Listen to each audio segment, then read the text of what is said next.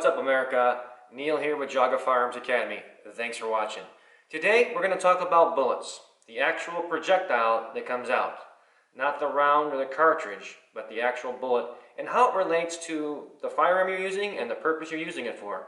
So here we go. So this is a little assortment here, kind of a wide variety. Obviously there's thousands of more calibers to choose from, but these are some basic ones that kind of send the point home.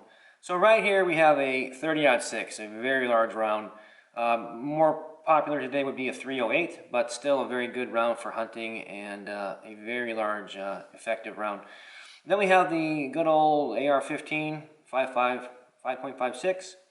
Then we have the 9mm, we have a 380 and a 22. So let's talk about how these all relate to one another. Here we have a kind of an interesting example. When we are talking about the size of the projectile, the actual bullet itself that comes out of the cartridge, they're referring to the size of that in the form of grains, in the form of weight, okay? So think of, take the word grain away and use pounds, okay? Maybe that's a little bit easier to understand. But here's what's interesting. If you look at these overall cartridges, you can see that the 5.56 versus the 22 long rifle, obviously this one is significantly larger. But what's interesting is that the bullets, these are identical in grain weight. In other words, this is a 40 grain bullet coming out of this one, and this is also a 40 grain coming out of this one. So the bullets, the projectiles, are actually identical in size and weight. Here's another extreme example. Here we have the 9mm cartridge, and of course the 30-06 that I showed in the beginning. Here's what's interesting. Each caliber has a kind of a range as far as the size of bullet and grain weight that is offered. So for example, this one happens to be 124, but you can get 9mm easily up to 147 grain, okay? So let's just assume for a moment that this was 147 grain. It really wouldn't look that much different. However, this monster next to it, this 30-06 round, is actually 140 grain. So think about that for a moment.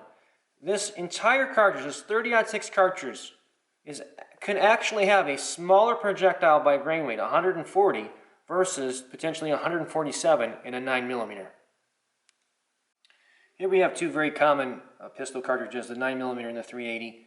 I'm going to make a video specifically on what I suggest you carry for defensive purposes, but that's not the place for this. But I do want you to understand that this guy here, the 380, happens to be 102 grain, and this guy here is it can be 115. So really the projectiles for both of these rounds are, with all argument's sakes, almost identical.